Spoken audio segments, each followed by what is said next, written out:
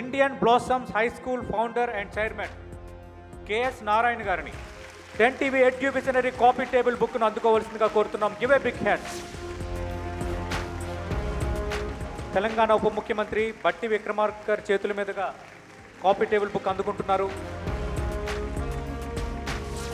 ఈ edu visionary 2025కి coffee table బుక్లో ప్రముఖులతో పాటు నాకు కూడా స్థానం కల్పించినందుకు నేను 10 టీవీ యాజమాన్యానికి ధన్యవాదాలు తెలుపుతూ ఉన్నాను. 2009లో ఇండియన్ బ్లాసమ్స్ హై స్కూల్ అనే సంస్థని స్థాపించడం జరిగింది.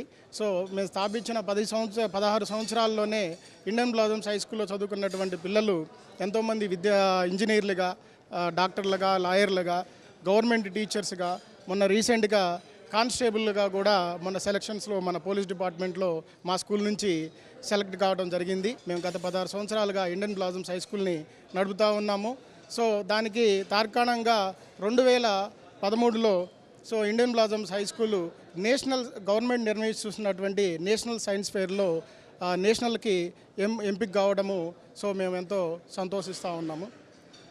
సార్, అంటే రాబోయే రోజుల్లో మీరు ఇంకా ఎటువంటి మార్పులు తీసుకురావాలి అంటే విద్యార్థులు ఎటువంటి చైతన్యం తీసుకొచ్చేందుకు ఏ విధంగా మీరు కృషి చేస్తున్నారు? సో యాక్చువల్గా మేడం, విద్య అంటే ఎడ్యుకేషన్ యొక్క అల్టిమేట్ గోల్ ఏంటంటే సో విద్యార్థులలో మన మోరల్ వాల్యూస్, సో ర్యాంకులతో పాటుగా వాళ్ళ యొక్క మార్కులతో పాటుగా మోరల్ వాల్యూస్ అనేది మనము నింపాల్సినటువంటి అవసరం ఉంది. ఒక విద్య యొక్క అల్టిమేట్ గోల్ ఏంటంటే విద్యార్థి తన వ్యక్తిగతంగా, సామాజికంగా, ఆర్థికంగా సో తను అభివృద్ధి చెందుతూ దేశ అభివృద్ధిలో కూడా పాటుపడే విధంగా మన విద్యా విధానం ఉండాలి.